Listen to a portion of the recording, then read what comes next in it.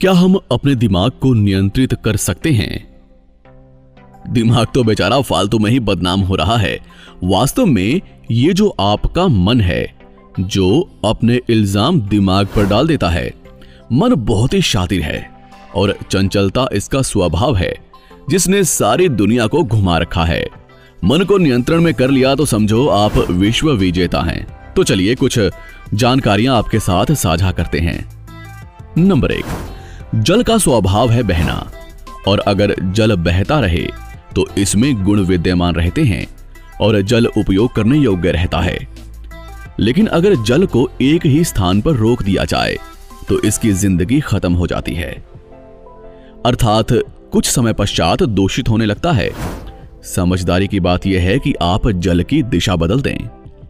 इसी तरह मन तो चंचल है, अगर आप इसे सही दिशा नहीं देंगे तो ये इधर उधर भटकता ही रहेगा। इसीलिए मन को सकारात्मक विचार की दिशा दें। धीरे धीरे मन की दिशा सकारात्मक होने लगेगी। नंबर 3, अष्टांग योग को जीवन में अपनाएं।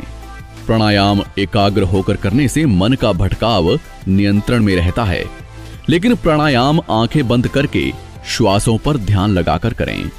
नंबर 4, योग में प्रत्याहार और धारणा अपनी इंद्रियों और मन की दिशा बदलने के लिए ही है, जिसे आप अभ्यास के द्वारा कर सकते हैं।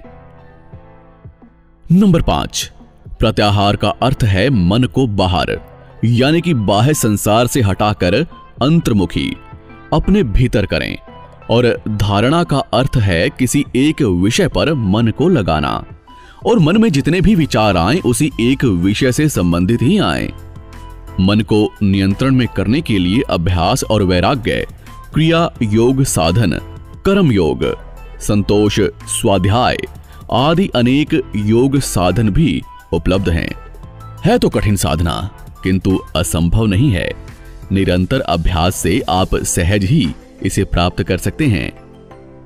बेहद सहज उपाय एक और है, जो हास्यप्रद लगेगा लेकिन काम का बहुत है। मन उल्लू का पट्टा है। ये मूल मंत्र याद रखें। जब भी आपका मन भटके और दिमाग पर हावी हो जाए तो इस मंत्र का स्मरण करें और मन को डांट दें, और एक शरारती बच्चे की तरह कान से पकड़कर किसी सकारात्मक काम में इसे बिजी कर दें। इसी तरह से ही आप मन को नियंत्रण में कर सकते हैं। आपको ये जानकारी कैसी लगी हमें कमेंट सेक्शन में जरूर बताएं, और आपने अपने मन को नियंत्रण में कैसे रखा हुआ है वो भी हमें जरूर बताएं। शुक्रिया।